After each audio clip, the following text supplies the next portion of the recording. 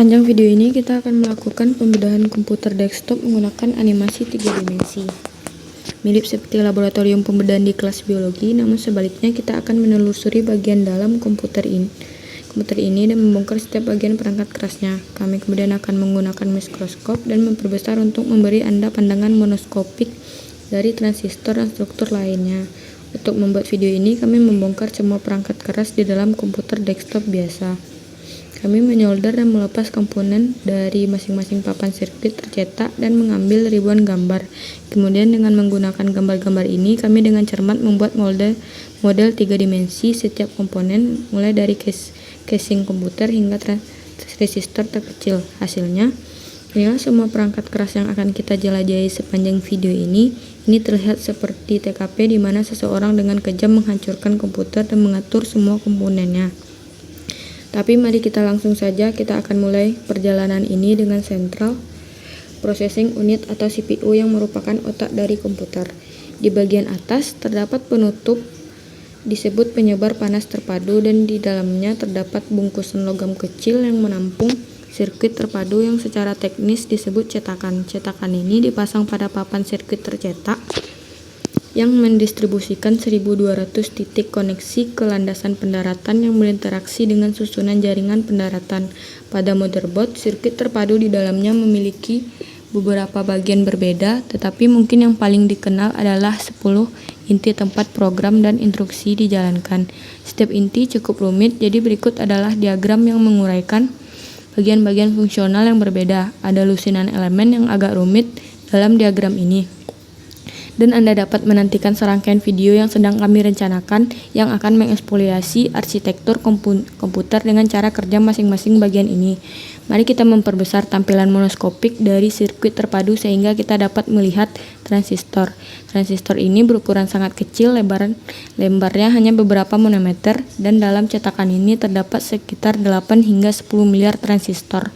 Di atas transistor terdapat beberapa lapisan kabel logam dengan vias yang menjulang secara vertikal di antara lapisan-lapisan tersebut bersama-sama transistor, dan kabel ini menciptakan lambirin multilayer atau jalan raya yang menghasilkan komputer yang dapat dijalankan. Miliaran operasi setiap detik. Sekarang mari kita memperkecil dan lihat bagian lain dari CPU. Di sisi masing-masing inti terdapat chunks memori L3 bersama dengan interkoneksi cincin. Di paling kanan adalah prosesor grafis terintegrasi yang berfungsi sebagai GPU, yang di kiri atas adalah pengontrol memori yang mengirimkan data dari DRAM, dan terakhir di paling kiri adalah agen sistem dan plafon I atau O yang berkomunikasi dengan chipset pada motherboard dan mengatur aliran data antar banyak komponen lain di PC Anda. Jadi dengan mengingatkan hal itu, mari kita langsung saja dan melihat motherboardnya. Motherboard ini adalah papan sirkuit tercetak berukuran besar dengan ribuan kabel di dalamnya dan berbagai microchip, komponen, soket, port, slot, header, dan konektor yang disolder ke dalamnya. Mungkin satu-satunya komponen yang paling penting dan mahal selain PCB adalah chipset, yang merupakan sirkuit terintegrasi yang terdapat di bawah unit pendingin di sini dan terhubung langsung ke bagian agen sistem di CPU. Berikut diagram yang menggambarkan bagian CPU dan chipset terhubung ke yang lainnya seperti yang terlihat. Di sini CPU terhubung langsung ke DRAM 1 atau 2 layar GPU dan mungkin beberapa SSD yang dicolokkan ke slot M2. Chipset mengatur hampir semua hal lainnya. Data yang mengalir melalui internet atau Wi-Fi, data masuk dan dari solid state drive dan hard drive yang dicolokkan ke port SATA, beberapa slot PCIe, keyboard dan mouse Anda. Perangkat USB dan audio dikirim ke speaker atau dari mikrofon. Sekedar catatan singkat, perangkat keras komputer telah berkembang pesat selama 65 tahun terakhir dan terus berkembang, jadi detail yang kami tampilkan harus dianggap sebagai contoh PC masa kini dan bukan sebagai cara kerja semua komputer. Mari kita lanjutkan dan lewati banyak soket konektor berbeda di seluruh motherboard dan fokus pada modul pengaturan tegangan atau VRM yang terdapat di dekat CPU. Komponen-komponen ini digunakan untuk menurunkan tegangan yang berasal dari catu daya menjadi 1,3 volt yang digunakan oleh CPU, karena seluruh daya mengalir melalui komponen-komponen ini dan efisiensinya sebesar 8 hingga 90%. Unit pendingin harus ditempatkan di bagian atas. Saat kita membahas topik daya, CPU ini mengonsumsi daya yang setara dengan sekitar 16 lampu LED sehingga menghasilkan sejumlah besar panas yang diambil oleh pendingin PCU. Pendingin ini khusus menggunakan pompa untuk mengalirkan cairan melalui tabung ini dimasukkan ke saluran radiator yang memindahkan panas ke sirip radiator. Kipas kemudian membantu memindahkan panas ke udara, dan cairan yang didinginkan kembali ke pompa melalui lock balik. Pompa adalah motor DC tanpa sikat yang dibuat dari PCB, chipset kontrol, dan stator di sisi kering, penghalang di tengah, dan kemudian rotor magnet permanen dan impeller di sisi cair. Tidak ada sambungan mekanis antara rotor dan stator sehingga mencegah kebocoran. Cairan pendingin, mari beralih ke catu daya yang mendistribusikan daya ke seluruh komputer. Di sini trafo utama mengurangi tegangan dan menjembatani batas isolasi antara tegangan tinggi di sisi primer dan tegangan rendah di sisi sekunder yang digunakan di seluruh komputer Anda. Inilah PCB control yang memastikan tegangan keluar stabil dan mengirim sinyal penyesuaian ke transistor daya switching di sisi primer. Menggunakan opto-isolator, ada lusinan komponen lain yang digunakan untuk menyaring tegangan masukan dan menghasilkan berbagai tegangan keluaran yang kemudian dikirim ke semua perangkat keras berbeda. Di komputer Anda, misalnya SSD hanya mengonsumsi beberapa watt dan konektornya menggunakan voltase ini, sedangkan GPU Anda dapat mengonsumsi ratusan watt menggunakan konektor, dan selanjutnya kita akan mengeksplorasi GPU. Mari kita mundur selangkah dan mempertimbangkan teknologi yang kita bahas sejauh ini. Masing-masing komponen ini sendiri tidak memberikan banyak manfaat, namun kita satukan komponen-komponen ini tersebut dapat digabungkan membentuk suatu sistem yang kuat. Demikianlah video ini merupakan kombinasi multidisiplin, teknik, teknologi, seni, animasi, terinspirasi oleh bus sekolah ajaib. Kami tidak bisa cukup menekan betapa pentingnya menjadi siswa multidisiplin dan dapat dibantu. Anda melakukan sponsor video ini adalah Brilliant.org. Brilliant adalah platform pendidikan online multidisiplin yang mengajarkan banyak topik yang berbeda dengan cara interaktif langsung. Berikut adalah 2 mata kuliah dari ilmu disiplin yang berbeda, tidak terhubung namun digabungkan, kemudian keduanya akan memberikan landasan dasar bagi bidang sains dan teknik mutakhir, kombinasi kursus yang tampaknya tidak dapat digabungkan dengan hampir semua 2 kursus yang ditawarkan Brilliant. Jangan khawatir, Anda tidak akan belajar dari buku teks membosankan, melainkan Brilliant menggunakan modul interaktif untuk membuat pelajaran mereka menghibur dan membantu konsep-konsep berikut. Kepala Anda sangat mudah dan mendaftar. Cobalah beberapa pelajaran secara gratis, dan jika Anda menyukainya, kami yakin Anda akan menyukainya. Mendaftar untuk berlangganan tahunan, kami secara pribadi sedang mengerjakan perjalanan mereka tentang sirkuit kuantum dan algoritma untuk video masa depan yang mendalami komputer kuantum. Brilliant menawarkan uji coba gratis selama 30 hari dengan akses ke ribuan pelajar mereka. Dan kepada pemirsa saluran, Brilliant menawarkan diskon 20% untuk berlangganan tahunan. Kepada 200 orang pertama mendaftar, kunjungi Brilliant.org Branch Education. Tautan dapat pada deskripsi di bawah ini. Dan beralih ke kartu grafis dan GPU. Jangan merupakan otak dari komputer.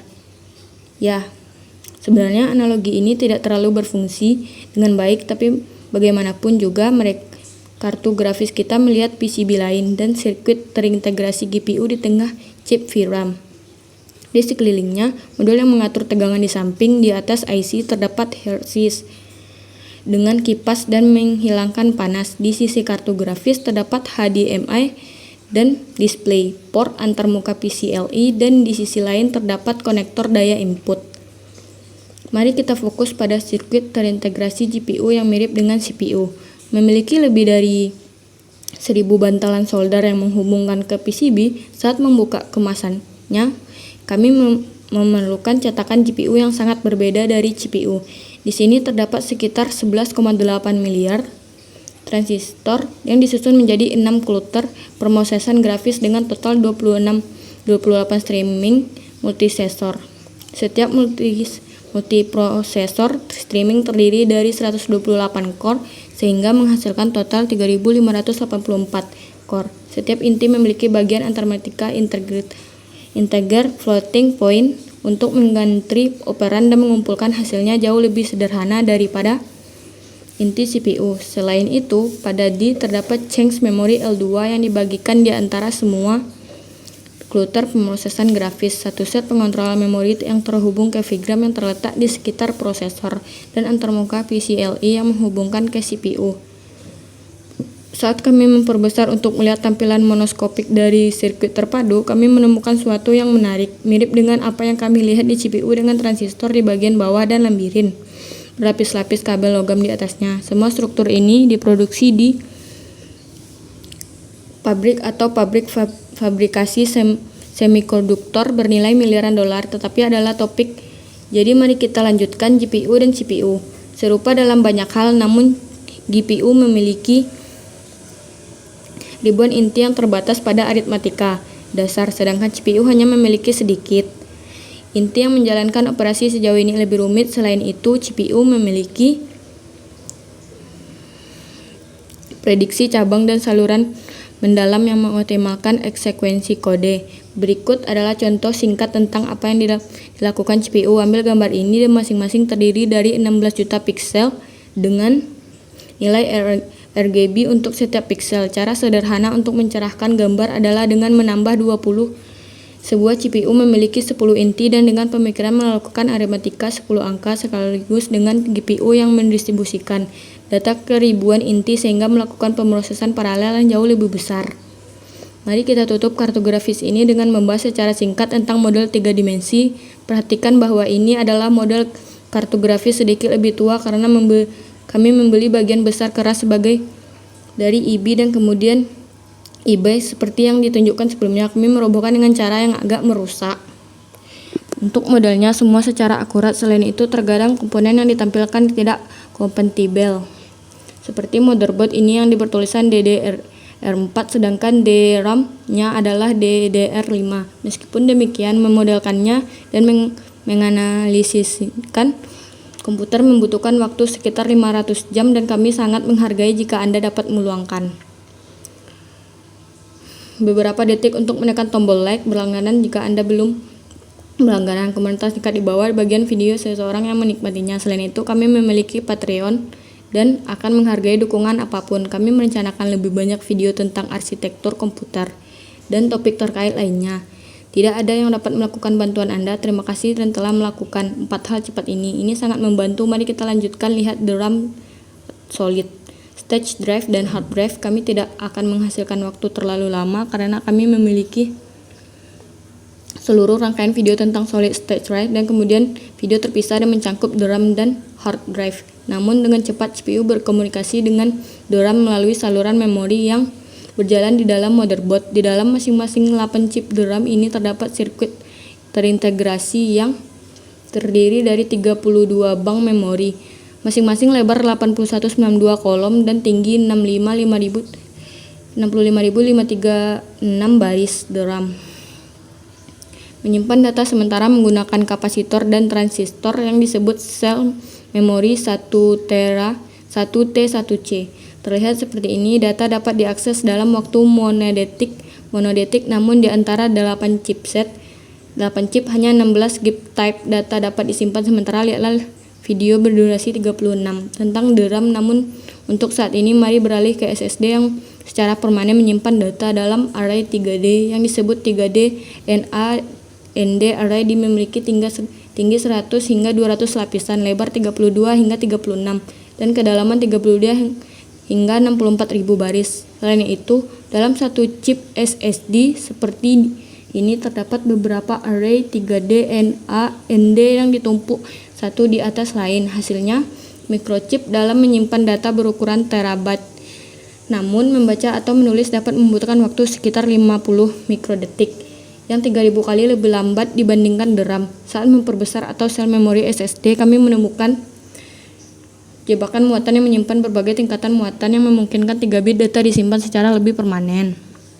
Melihat NVMe dan SATA SSD, kemudian keduanya memiliki beberapa chip penyimpanan data 3D NAND, chip DRAM untuk buffering, dan menyimpan tabel pemetaan data. Mari kita lanjutkan dan membedah hard disk drive. Di sini kita mempunyai disk yang menyimpan pasangan poros dengan motor yang memutar pada drive ribuan RPM. Pada baca tulisan bergerak, melihat disk untuk mengakses satu track dari tengah juta track data lainnya. Mari kita memperbesar kepala baca tulisan. Kepala tulis merubah arah. Domain magnetik lokal dilapisi kecil pada disk, sedangkan kepala baca merasakan perubahan.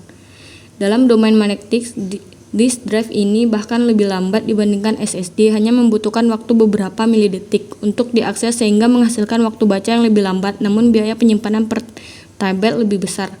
Sejauh ini memiliki pembahasan di dalam komputer Anda, jadi terima kasih telah menonton sejauh ini, dan sebagai bonus inilah tampilan di dalam mouse komputer dan roda gulir di atas cahaya inframerah, sensor gambar dan beberapa lensa di bawah sini, serta baterai yang prosesor di tengah. Untuk mouse komputer, kami memiliki video khusus terpisah yang mengeksplorasi sensor gambar dan roda gulir pada detail luar biasa. Selain itu, inilah lampiran bagian dalam keyboard dasar dan garis plastik yang mengalir listrik ke setiap tombol ketika ditekan. Tombol tersebut melengkapi sirkuit yang dirasakan oleh prosesor di sini. Kurang lebih seperti itulah tampilan di dalam komputer Anda. Kami yakin masa depan akan memerlukan penekanan yang kuat pada pendidikan teknik, dan kami berterima kasih kepada semua sponsor keanggotaan Patreon yang YouTube dan mendukung impian ini. Jika Anda ingin mendukung kami keanggotaan YouTube atau Patreon, Anda dapat menemukan tautan di deskripsi ini. Lagi terima kasih kepada Brilliant karena telah mensponsori video ini. Ini adalah Branch Education dan kami membuat animasi 3D yang mendalami teknologi yang mendorong dunia modern kita. Tonton video cabang lainnya dan mengklik salah satu kartu ini. Atau klik untuk langganan. Terima kasih telah menonton sampai akhir.